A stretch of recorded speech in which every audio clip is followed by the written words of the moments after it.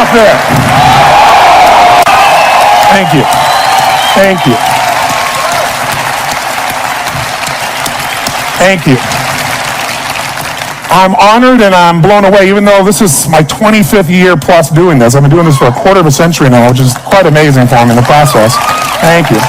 And I've had the privilege now of working with more than 3 million people live in events from more than 80 countries around the world. So at this stage, I got to tell you something. I could be an idiot, and I would know that there are certain patterns that cause people to be fulfilled, to be happy, to fit, to be strong, to feel alive, to be vibrant, to have passion in their life, to do well financially, but even more importantly, emotionally, psychologically, spiritually, in their health and their relationships. And there are also patterns that make people frustrated, overwhelmed, depressed, sad, lonely, cause them to be struggling financially, struggling with their body, struggling intimately. And those patterns, they're not because there's something wrong with somebody, it's because of a pattern that we're doing. And I've spent a quarter of a century of my life basically studying the most successful people in the world and the most challenged, and figuring out what's the fastest way to create a change in basically developing the one thing that all people have in common who succeed. They're leaders. This is a leadership program. Because I don't care what style you are, I don't care if you're a mom, if you're a great mom, you lead your child, you're not led by your child. Or a great dad. If you're a great business person, you're a great salesperson, you're a great negotiator, you're a great anything, you're a great human being. This has been my entire life's obsession. What makes the difference in people's lives? And that leadership component, as I say, doesn't always mean somebody follows you. A leader is somebody who lives life on their terms.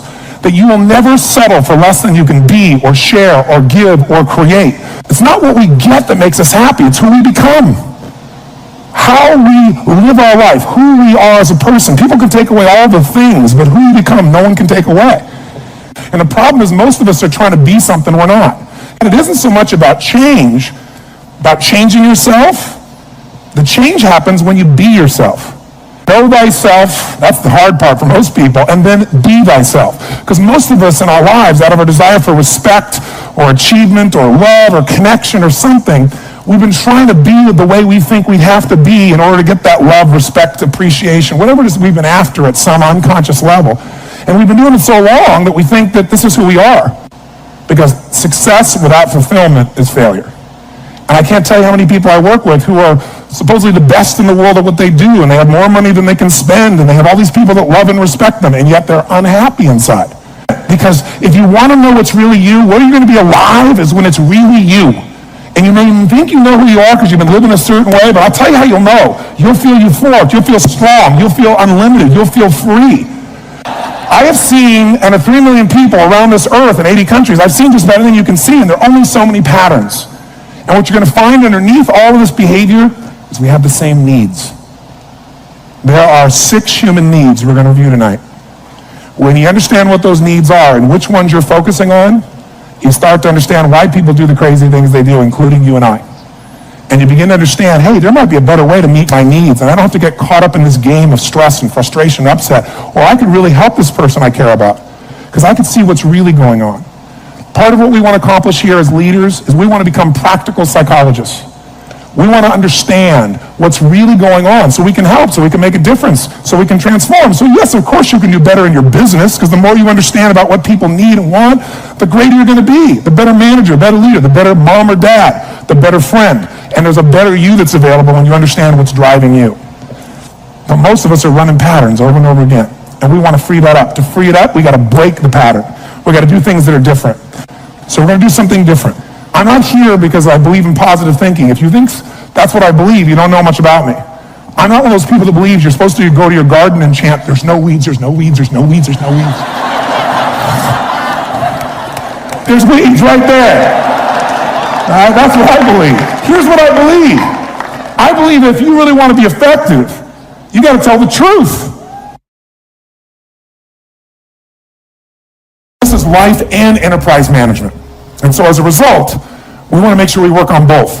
We want to create a system that allows you to succeed in both areas, life and your enterprise. So what I want to really make sure that comes out of this is an evaluation of what your real gifts are that are going to fulfill you.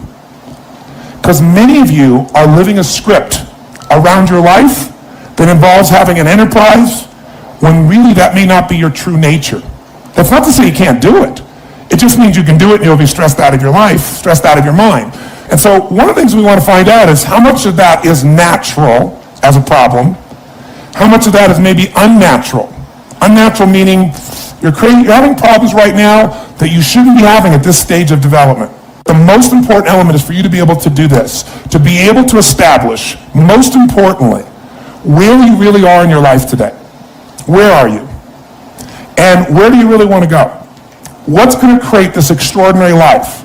Because some of you right now, if you continue the direction you're going, are going to be successful and unfulfilled, unhappy, and stressed. Because once we get, into a dream, then that dream starts to take on a life of its own. It gives us juice, it gives us energy. But how many of you got the dream, achieved your goal, and then thought, is this all there is? How many of you have this experience? Say, I. That's more painful than not even achieving it. Because now you've done everything, you've worked it out, and you're successful, and you're not happy. So for some of you, you're going to need to take a look at that. Michael Gerber, the guy that wrote the E-Myth, talks about why so many young businesses fail.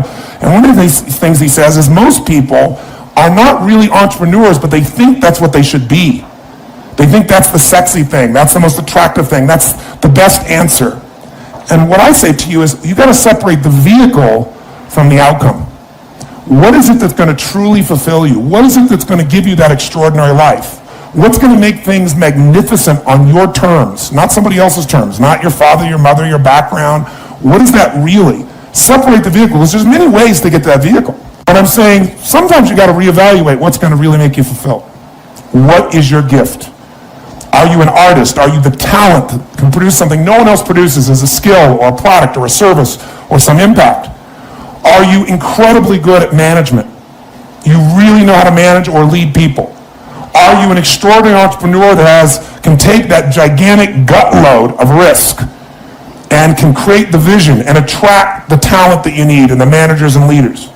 You may have all three abilities, but which one really fulfills you the most is going to be the critical question. Because we tend to want to do them all, especially in a room like this, because you're all overachievers, right? Me too. And you say, well, I can do all these. Yes, you can, but what will it do to your quality of life? See, again, the secret's going to be this. What is an extraordinary life on your terms today?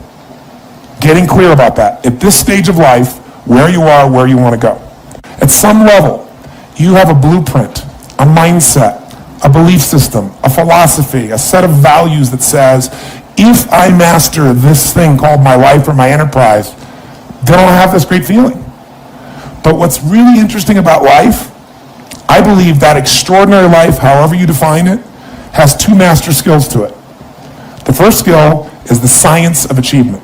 Most of you in this room have achieved enormously at various levels of business, or as an individual artist or talent, or as an entrepreneur, or as a manager or leader, as an investor. I mean, everybody in this room, most of you in this room, have really hit the jackpot by most of the world's standards, even though most of you think it's still not enough. But the science of achievement is a skill. It is a science. There are laws. So achievement, even this course, to me, that achievement is, business is a spiritual game.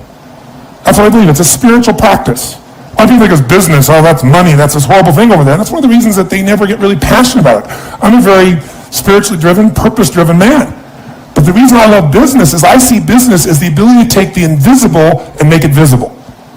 I think that is what spirituality and creation is. It's about how can I find the gift I have to give the world? And how can I give it in a way that truly adds value? Not I think adds value, but the people receiving it, they vote with their feet and say, this truly makes a difference in my life. This is something I value. And then because they become a customer again. Because they're thrilled with it. Because they become a raving fan. Not just a satisfied customer. Satisfied customers will leave you.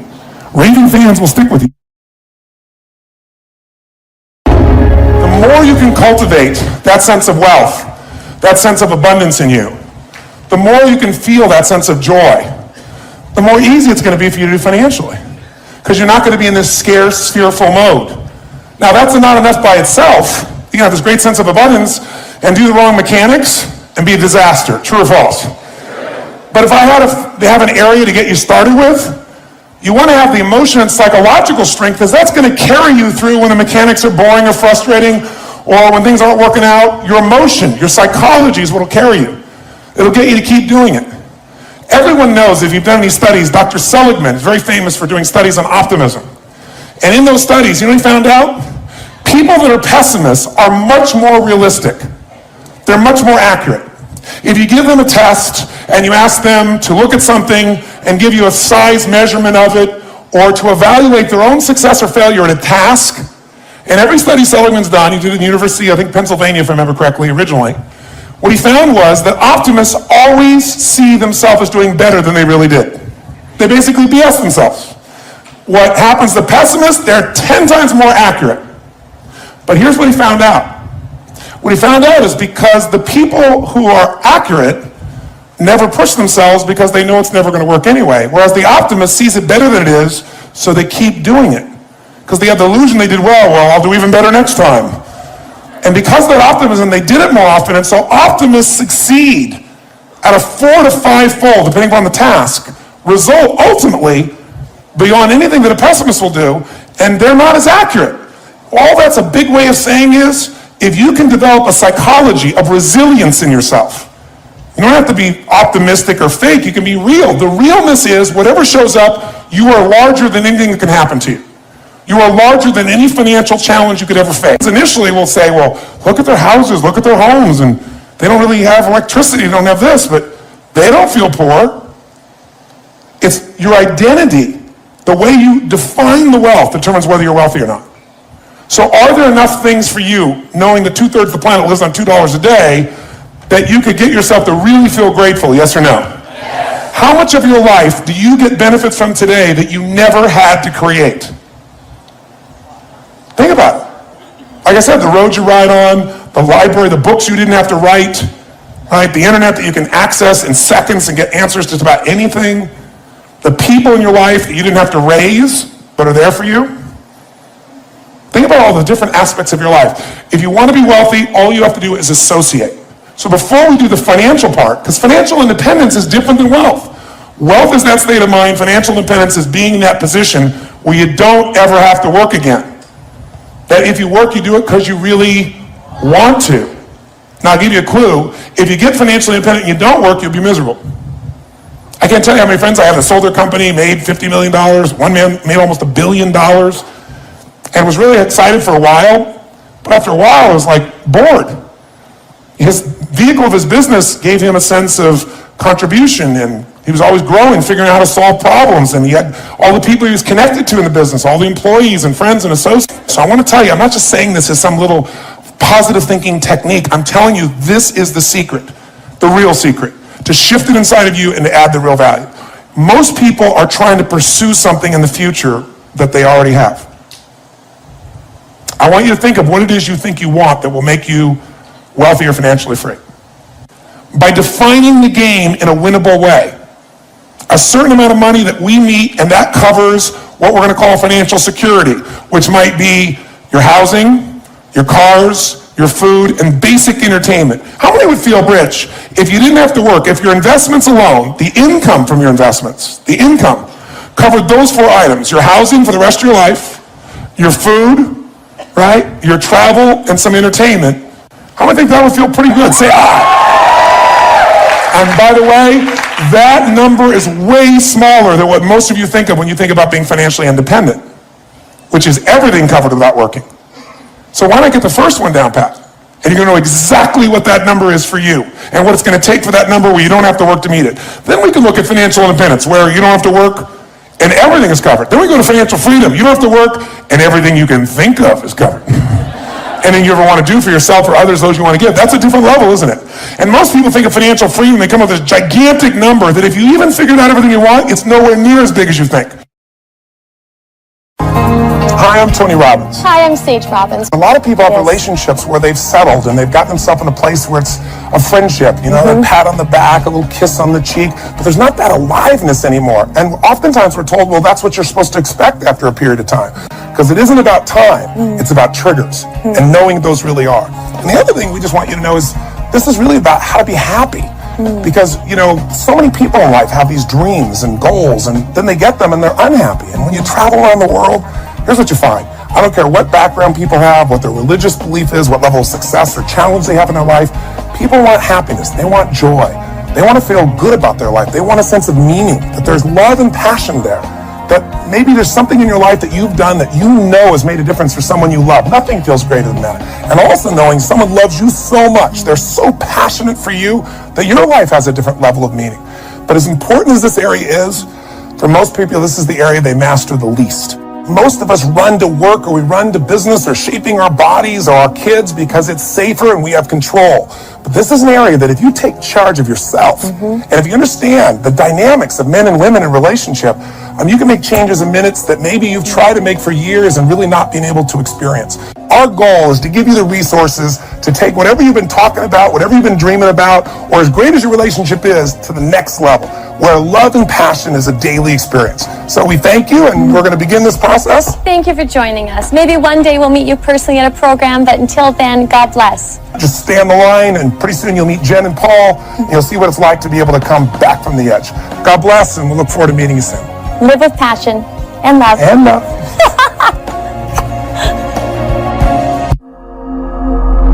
I'm sick. I'm fed up with feeling this way. It's unfair to her. It's unfair to me. You want to leave? How many good people do you know I want to be free of the pain on both sides. who have lost their marriage? You're afraid? Yes. What are you afraid of? That if I leave my wife, I'll lose my identity? You probably will.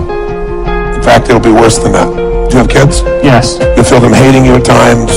You'll lose a lot of money, more than you think. He's gonna have another guy bring up his kids. This is my wife. Paul buries himself in his work. Jennifer has such great love for her children, her sister, and her family that Paul feels 5th, 6th, or 7th place. How much love do you feel from your family? 0 to 10. 10. So you're talking about your father? No, I lost my father a year ago this week. More uncertainty, huh? You were his little baby girl. Definitely. What did he say about you? But I was perfect. That bastard told her he was perfect. The only person that made me feel really great was my dad. Now she's wondering why she's losing her husband and having to get all her love from her kids and her family. All he knows is it's not your father, he's not your sister, now he's not the kids. I am no man, I live in reaction, I'm not enough, he doesn't feel enough with you. So I'm sorry to hear about your father's passing. Thank you. But your father needed to pass at some point so you could have a man. He can never be your man with your father alive. He has a chance now. That's how you gotta be a man. You put your fear on the shelf and love this woman with every ounce of your soul. This is the first time that we've actually gotten to the gut of what our issues are. You've gone to where certain love was, so you had to settle for a love that wasn't passionate. You also just started leaning against him. Can you feel that? Yes. I wonder what that's about. Sometimes the one you're looking for is the one already standing next to you. It just makes me mad, you know, like, I feel like I'm number one.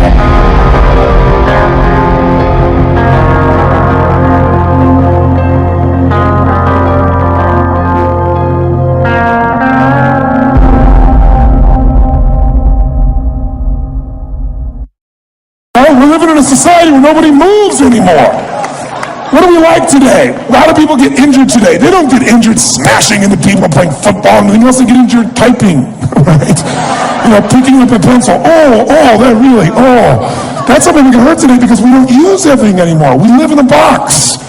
Think about it. Think about our lives today and how different it is than maybe the way we were formed to be made, to run, to hunt, to create, to procreate, to raise our children, to move, to farm, to do all the things that made us use all of our body. Today, what do? You wake up and you have this box life. You have a box breakfast, right? You get in your box car, you drive to your box office, you load up a box elevator. You don't use the stairs, of course, right? You go to your box office where you type on a box, talk on a box, right? Go into a box room for meetings, right? Sure enough, got a little box you can type on, listen to music on, box, have your box lunch, drive your box home, or get in the train or subway, and another box home, get home to your box, and then turn on the box, type on a box, message on a box, and maybe go get a cylinder to change your state, right? Maybe. And most people's idea of exercise in our society today is fill the tub, pull the plug, and fight the current. That's the world we live in today.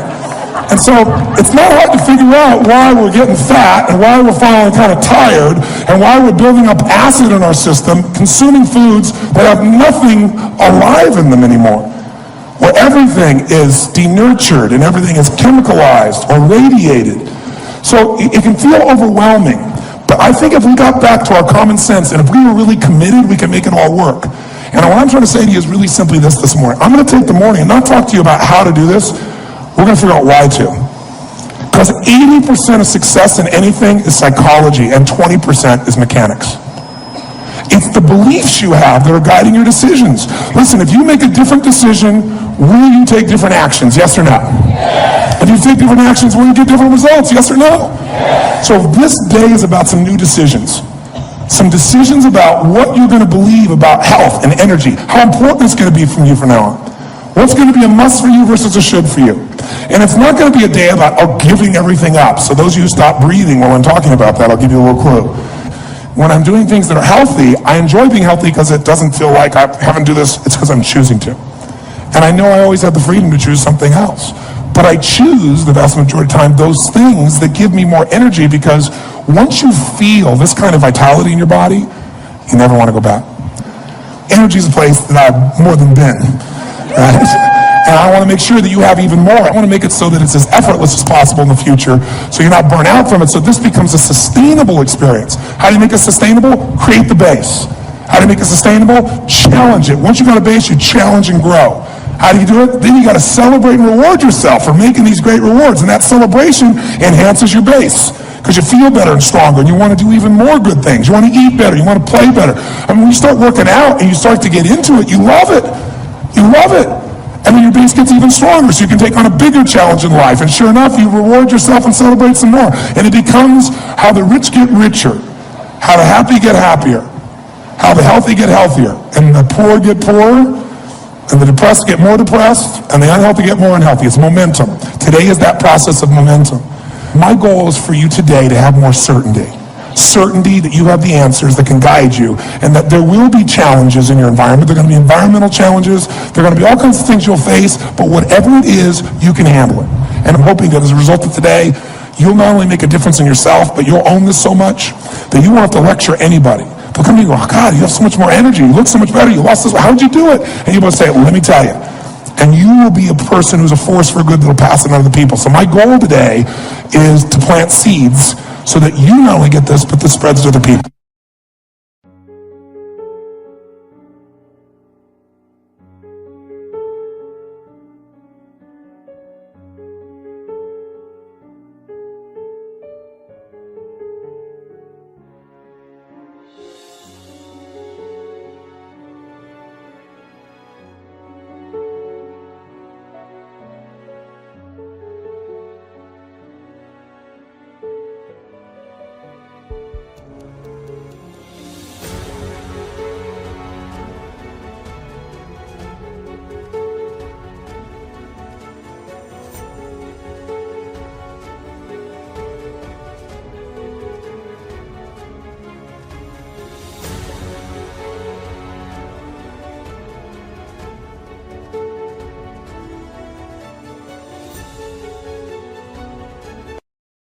RPM planning is a way to maximize the results of your life and maximize your sense of fulfillment and joy. It's both. In order to do that, we got to change what we focus on from the question of what do I have to do to what's my outcome? What do I want? What's most important to me? What's the result I'm committed to getting? That one change will change completely how you respond in your life, because it'll change you from focusing where everyone's demanding your attention or what you're afraid of or what might give you pleasure in the moment to what's most important to you. And those, by the way, are the three things that get our focus. If we don't discipline ourselves, what gets our focus? Something we're afraid of, something that gives us pain. What's the second thing that gets our focus if we don't pay attention? Something will give us pleasure. It's like, you know what? I'm so stressed out. Oh, that chocolate's looking good. oh, I'm going to go over to have my little coffee, let's smoke a mocha doka, cream this thing and that thing, and I'm going to skate for a few moments. Because the focus is how to feel good. How to not feel bad, how to feel good. What's the third thing gets your focus? Other people's demands. It's not necessarily there are more demands, it's just that we're accessible to more demands. And if you don't know what you want, and you don't know why it's a must for you to achieve it, and you don't have a plan, I can promise you something. You're going to fit in everybody else's plan. And you're going to wonder why you're stressed. And you're going to wonder why I'm not fulfilled. What is time? How do you know when it's a long time, or how do you know when it's a short time? It's not because it's 10 minutes or 10 hours. How many have been in 10 hours and time flew because you loved what you're doing, didn't have any sense of time whatsoever? How many have had that experience? Say aye. How many have had 10 minutes feel like 10 years you want to kill somebody to get out of the situation? So what is time? Time is emotion. Got to remember that. Time is emotion. What you're really managing is emotion. Another word for that would be meaning or fulfillment. Focus is power, but you got to take it. Take it back. Take back that power. And you got to know when you do have that focus, how to chunk it, how to group it so you're not overwhelmed. Let me show you how to make it simpler. When mass information is coming at you, you get overwhelmed. Most of us are great deletion creatures. We delete most of life. Right now, there are millions of things around you could be focusing on, thinking about, giving meanings to, making decisions about what to do. Millions. And when you think about what it's going to take to do something, usually it takes a lot, and you're not going to want to do it. Do I'll do it when? Later. As my Australian friends would say, later. Right? And of course, the problem with doing it tomorrow is when you get to tomorrow, tomorrow is today, and tomorrow never comes. So, and you keep promising yourself. By the way, what does this do to you emotionally when you keep breaking your own promises with yourself? Or you keep failing to do things that you know are important? Does it increase your level of certainty and confidence? No. What it does is it erodes it. And when you erode confidence in one area, believe it or not, it affects the other areas too. Do you believe me on that? Don't believe me. What about your own life experience? Maybe not one area, but it starts to be multiple areas. It sure does. Another reason why somebody doesn't exercise or do anything is because they don't just chunk it too big, they chunk it in too many details. So remember this. Remember this. Change is never a matter of ability. It's always a matter of motivation. I'll say that again. Change is never a matter of ability. It's always a matter of motivation or drive, having strong enough reasons. If you got a strong enough reason, you could figure out the time, couldn't you? So the biggest part of life and time management is knowing what you want and having enough reasons to follow through. But there is one more piece. If you make enough reasons to follow through and you know what you want, but you make the task overwhelming, you'll be overwhelmed.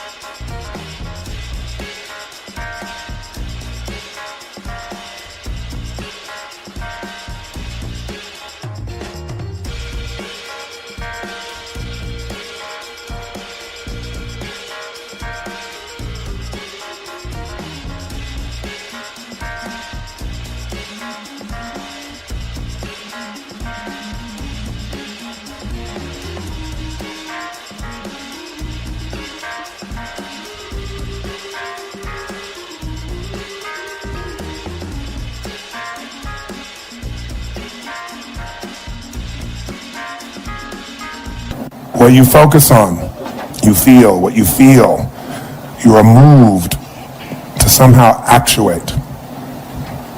But if you only focus on what you don't want, or what's stressful in your life, what you can't control, or what you screwed up on, or what you messed up on in the past, you're not going to get where you want to be. Chunking is power. You don't want to over-chunk where you're trying to bite the whole darn thing together. You also don't want to under-chunk where you make a million pieces of something. What is chunking? It's taking all that's coming at you and putting it into idealized size groups that your mind can handle. See, science has proven the human brain, consciously, we can only handle what they call 7 plus or minus 2 chunks of information. It's a term that they describe in science, that human beings can only handle 7 plus or minus 2 chunks